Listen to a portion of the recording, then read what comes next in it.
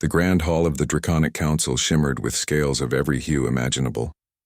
Crystalline chandeliers cast prismatic light across the assembled nobles, their serpentine forms coiled on pedestals of polished obsidian.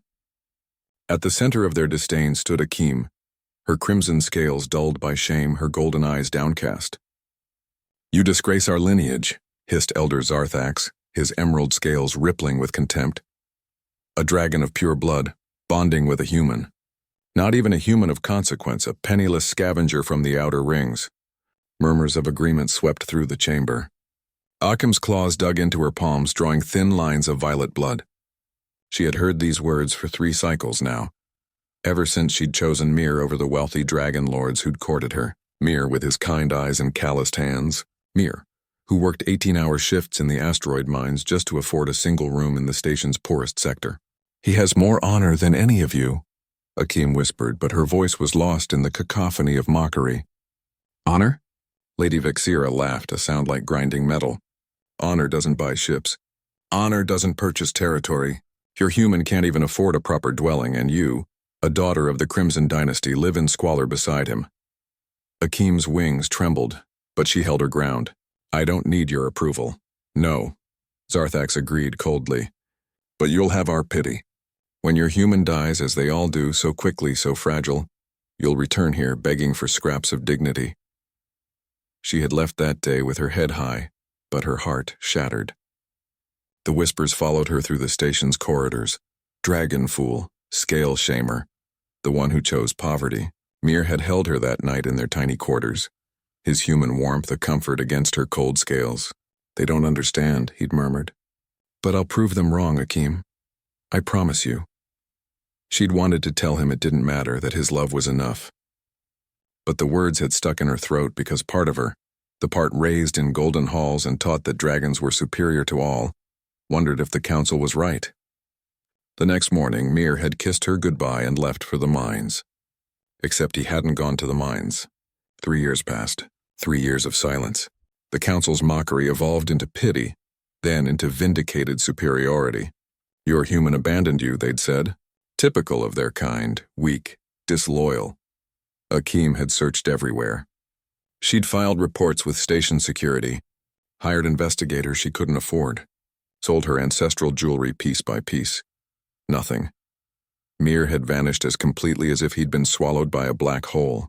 She'd nearly given up hope when the transmission arrived. It came through every frequency simultaneously, impossible to ignore, broadcast across the entire galactic network. The message was simple. "Akim of the Crimson Dynasty, your presence is requested at Docking Bay Omega-7. Come alone." The council had gathered to watch, of course.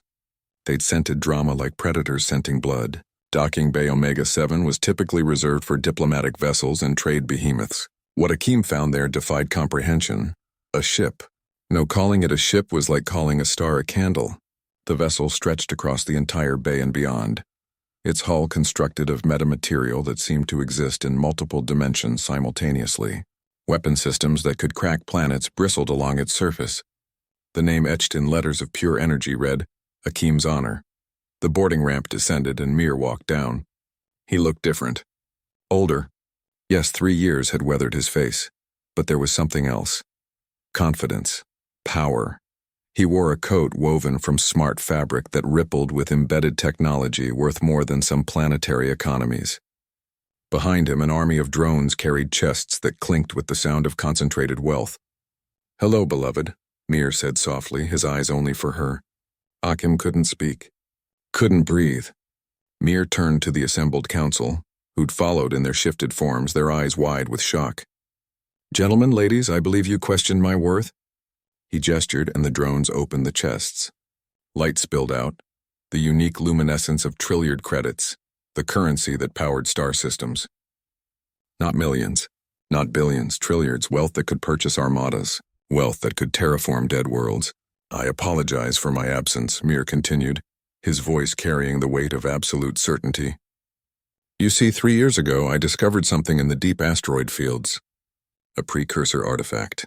While you mocked my wife, I was negotiating with the Galactic Trade Consortium, with the Science Directorate, with collectors and museums across 40 systems."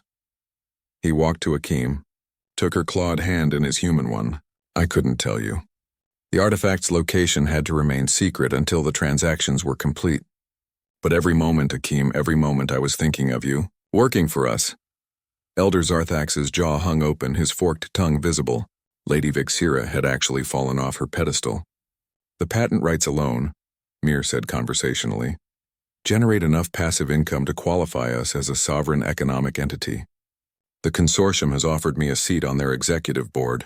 I declined. I prefer to focus on my wife's happiness. He turned back to Akeem and his voice softened. I know I hurt you by leaving. I know these years have been agony. But I needed to prove, not to them, but to myself, that I could stand beside you as an equal. That when I hold your hand, no one would dare call you foolish for taking mine. Akeem's tears fell like diamonds, steaming as they hit the deck. You idiot, she whispered. I never needed proof. I needed you. I know, Mir said, pulling her close despite the height difference, despite the species barrier, despite everything. I'm here now forever. Behind them, the council stood in silence, their mockery turned to ash in their mouths. The human had returned, and he'd brought with him the one thing dragons respected above all else: undeniable, irrefutable, overwhelming power. Humanity, fuck yeah indeed.